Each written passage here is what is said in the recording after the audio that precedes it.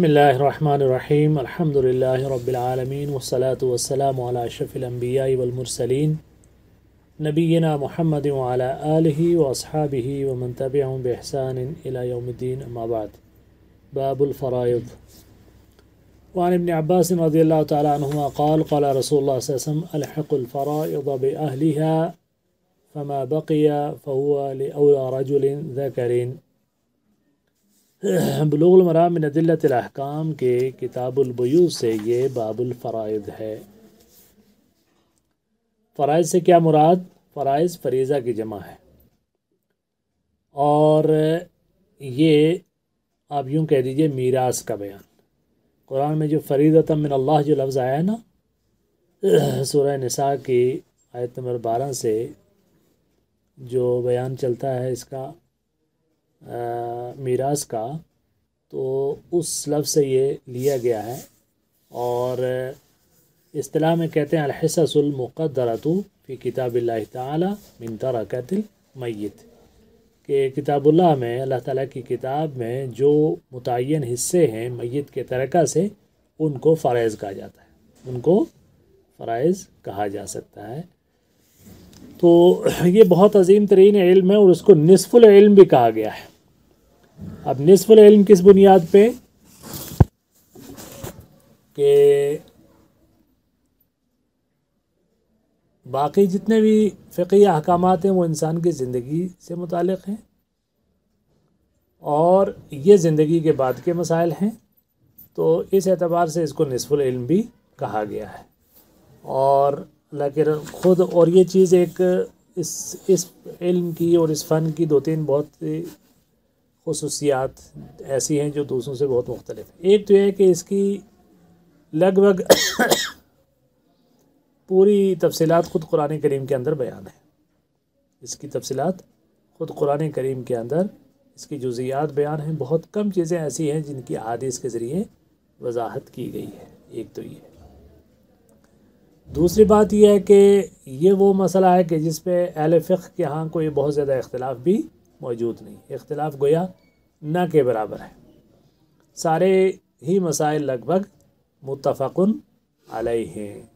کوئی بھی آدمی جب وفات پا جاتا ہے تو اس کا جو ترکہ ہوتا ہے اس کے متعلق یہ علم ہے، اور اس کی ترتیب یہ ہے کہ جب کوئی آدمی دنیا سے وفات پا جاتا ہے تو اس کے ترکے کے تعلق سے سب سے پہلے جو چیز کرنی ہوتی ہے وہ اس کی تجہیز و تکفین، اس کے مال سے اس کی تجہیز و تکفین۔ ہاں، ورثہ میں سے کوئی اپنے طور پر اپنے کوئی چیز کرے وہ ایک الگ بات ہے، لیکن اس کے مال سے سب سے پہلے اس کی تجہیز و تکفین۔ دوسرے نمبر پر اگر اس کے اوپر کوئی قرض ہے وہ قرض ادا کرنا، اور تیسری نمبر جو ہے اس کی اگر کوئی وصیت ہے وہ وصیت پوری کرنا، اور پھر اس کے بعد جو بھی اس کے حصص ہیں وہ اس کے وارثین میں تقسیم ہوں گے۔ ٹھیک ہے جی۔ تو علم میراث کے گویا 3 ارکان ہیں۔ وراثت کے گویا کتنے ہیں؟ 3 ارکان ہیں۔ سب سے پہلا ہے مورث، جس کی میراث تقسیم ہو رہی ہے، اور دوسرا ہے وارث، کہ جو وارث بننے والا ہے ظاہر ہے۔ تو مورث جو ہے وہ باپ بھی ہو سکتا ہے، بیٹا بھی ہو سکتا ہے، بھائی بھی ہو سکتا ہے، عورت بھی ہو سکتا ہے، مرد بھی ہو سکتی ہے۔ جو بھی آدمی دنیا سے جا رہا ہے اس کا جو بھی ترکہ ہے اس کے میراث کے یہ 3 ارکان ہیں۔ سب سے پہلا مورث، اور پھر آگے وارث، اس کا جو وارث ہے ظاہر ہے اس میں تقسیم ہوگا، اور تیسری چیز ہے وراثت یا ترکہ جو تقسیم ہو رہا ہے۔ تو یہ گویا 3 ارکان ہیں۔ ٹھیک ہے۔ اور اسباب وراثت بھی کون کون سے ہیں؟ ایک تو یعنی کون سے اسباب ہیں کہ جس کی بنیاد پر کوئی شخص کسی کا حصہ لے سکتا ہے۔ اب کسی بھی راستہ چلتے آدمی کو کسی بھی راستہ چلتے آدمی کا کی وراثت تو نہیں دی جا سکتی۔ وراثت کس بنیاد پہ ملے گی؟ اس کی 3 اسباب ہیں وراثت کے۔ وہ کیا کیا ہیں؟ سب سے پہلا ہے قرابت، رشتہ داری۔ کوئی کسی کا باپ ہے، بیٹا ہے، بھائی ہے، دادا ہے، پوتا ہے، جو بھی ہے، جو بھی وراثت کے لیے جو آپ کی قرابت ہے، وہ قرابت جو ہے وراثت کا سبب بن سکتی ہے۔ دوسرا ہے نکاح، یعنی کسی آدمی نے کسی خاتون سے نکاح کیا، ظاہر ہے وہ خاندان کسی دوسرے خاندان کی ہے، خاندانی طور پر وہ وارث نہیں ہے، لیکن نکاح کے ذریعے وہ وارث بنی ہے، یا جو لوگ بھی وارث بنے ہیں اس بنیاد پر۔ اور تیسرا ہے ولا. ولا میں نے آپ کو بتایا تھا کہ یہ آزاد کردہ غلام جو ہے اس کی بنیاد پر، اس آزادی جس کو ولا کہا جاتا ہے، اس کی بنیاد پر جو ہے یہ وراثت بنتی ہے.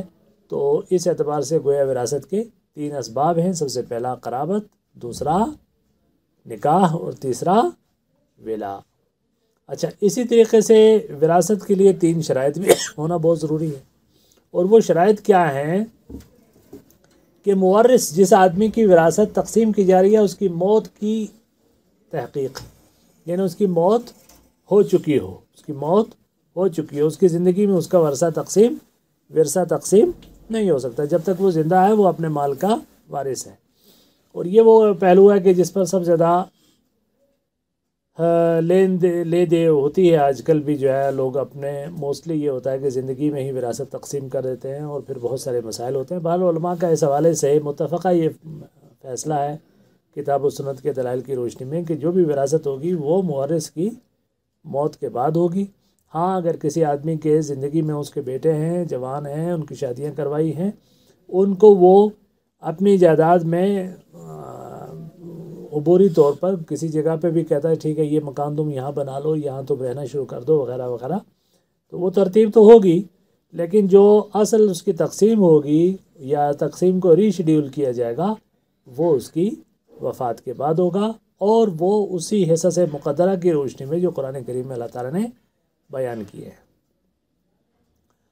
تو دوسری شرائط، پہلی شرط تو یہ ہے کہ مورث کی موت کی تحقیق، اور نمبر 2 مورث کی موت کے وقت جو ہے وارث کی حیات کا ثابت ہونا، وارث کی زندگی کا ثابت ہونا مورث کی موت کے وقت.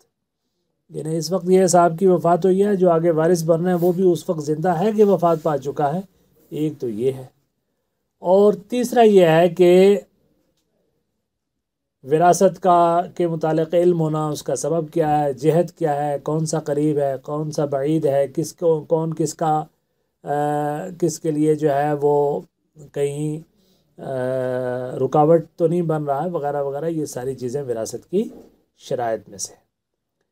اسی طریقے سے وراثت کے 3 موانع بھی ہیں، یعنی 3 ایسی چیزیں، رکاوٹیں ہیں کہ جن کی بنیاد پر کسی شخص کو وارث ہونے کے باوجود بھی وراثت سے محروم کیا جا سکتا ہے. وہ کیا کیا چیزیں ہیں؟ سب سے پہلے یہ ہے غلامی. غلام ہے اگر کوئی شخص تو وہ آزاد کا وارث نہیں بن سکتا. ایک تو یہ ہے. اسی طریقے سے آزاد کسی غلام کا وارث نہیں بن سکتا. تو اس میں بہرحال اختلاف ہے تھوڑا سا، یہ ولاج اس کے سلسلے میں یہ آگے یہ بحث آئے گی.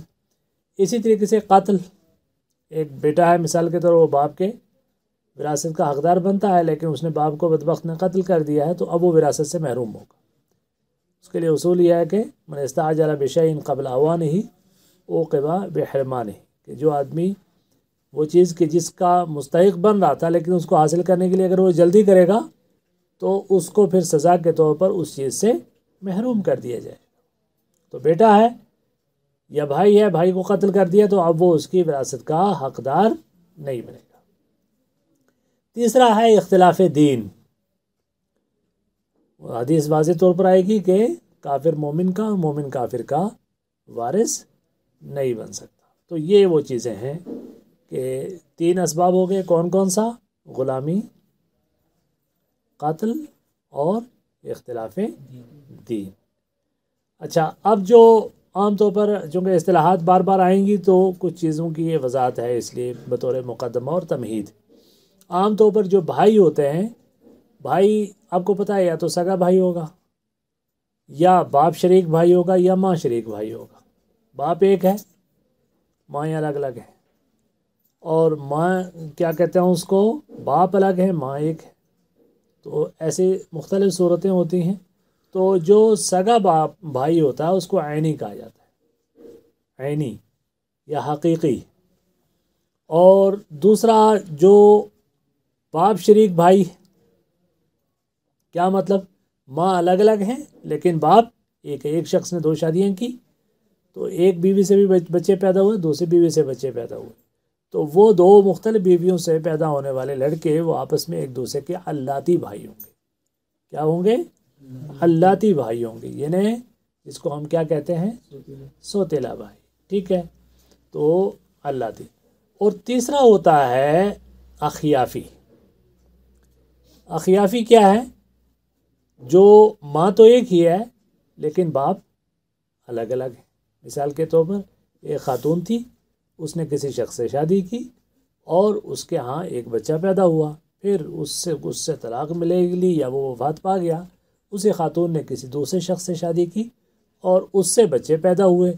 اب یہ دونوں ماں تو ایک ہی ہے لیکن باپ الگ الگ ہیں، تو یہ آپس میں اخیافی کہلائیں گے، ٹھیک ہے، ماں شریک بھائی، باپ شریک بھائی اور سگا بھائی، ٹھیک ہے جی۔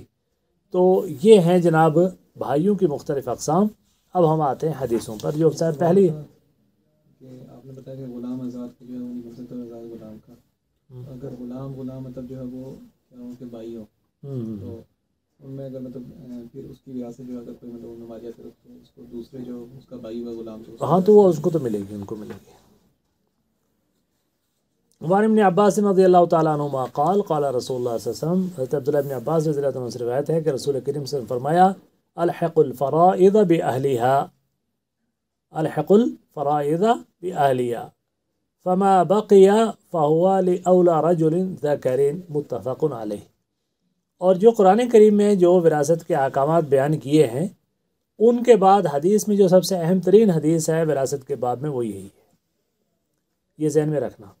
قرآن کریم میں جن آیات میں وراثت کے احکامات بیان کیے گئے ہیں، اس کے بعد احادیث میں اس باب میں جو سب سے اہم حدیث ہے وہ یہی ہے، اور ہے بھی متفق علیہ ہے، بخاری اور مسلم کی روایت ہے کہ اللہ کے رسول فرمایا کہ الحق الفرائض بأہلها، وراثت کے جو مقرر کردہ حصہ، فرائض کہتے ہیں جو مقررہ حصے ہیں، مقرر کردہ حصے ہیں، ان کو ان کے مستحقوں تک پہنچا دو، الحقو ملاؤ متعلق مقررہ حصوں کو ان کے مستحقین تک۔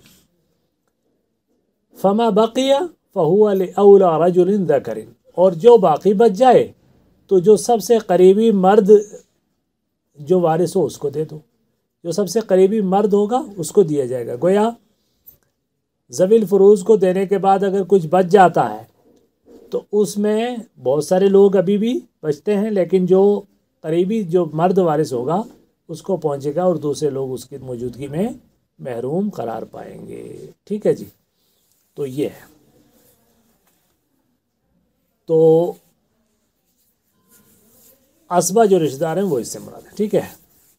تو اس کے بعد جو ہے وہ اگلی حدیث ہے وعن اسامہ ابن زید رضی اللہ تعالیٰ عنہ۔ اچھا، اب یہ جو حصے کیا ہے، ذوی الفروض کو جو حصے دیے جاتے ہیں وہ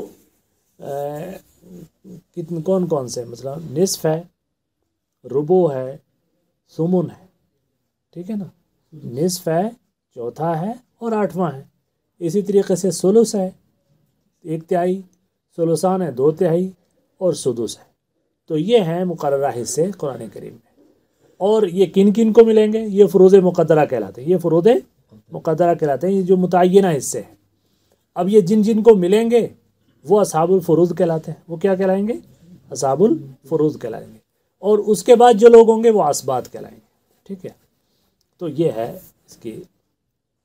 وعن اسامہ ابن زید رضی اللہ تعالیٰ عنہ عنوان نبی صلی اللہ علیہ وسلم قال لا يرث المسلم الكافر ولا يرث الكافر المسلم۔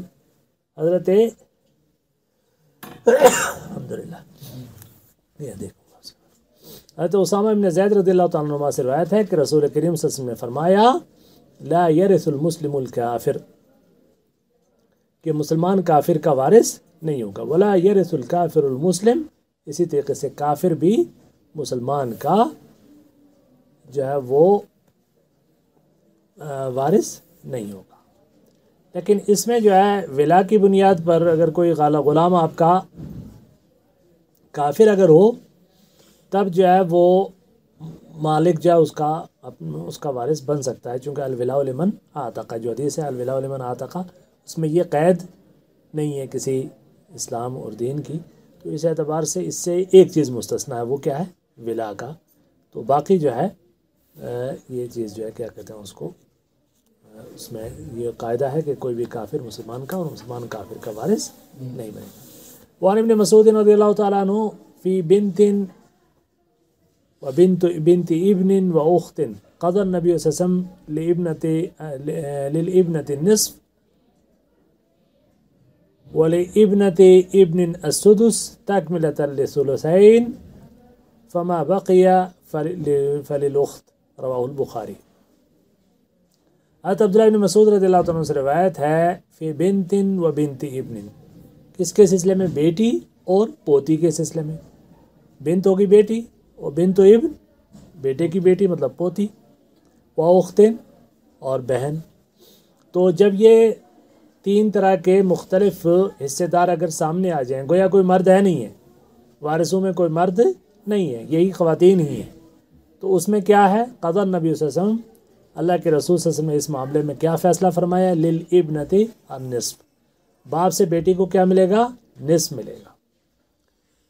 ولابنۃ ابن السدس، اور پوتی کو کتنا ملے گا؟ چھٹا حصہ ملے گا۔ تکملۃ الثلثین، ثلثین کا تکملہ۔ وما بقی فللأخت، اور جو بچے گا وہ کس کا ہوگا؟ بہن کا ہوگا۔ ٹھیک ہے، تکملۃ الثلثین کا کیا مطلب ہے کہ مثال کے طور پر کسی آدمی نے کے وارثوں میں صرف ایک بیٹی ہے تو بیٹی کو کیا ملے گا؟ آدھا ملے گا۔ اگر دو بیٹیاں ہوں گی تو کتنا ملے گا؟ 2/3 ملے گا، ثلثین۔ تو اب گویا جو پوتی ہے اس کو بھی دوسری بیٹی کے قائم مقام کر کے ان کے درمیان گویا ایک طرح سے نصف کر دیا۔ تکملۃ الثلثین کا مفہوم یہ ہے، اس کو سدس دے کر، ٹھیک ہے۔ اور جو باقی بچے گا وہ کس کو ملے گا؟ بہن کو ملے گا۔ تو یہ خواتین کی صورت میں یہ صورتحال ہے، ٹھیک ہے۔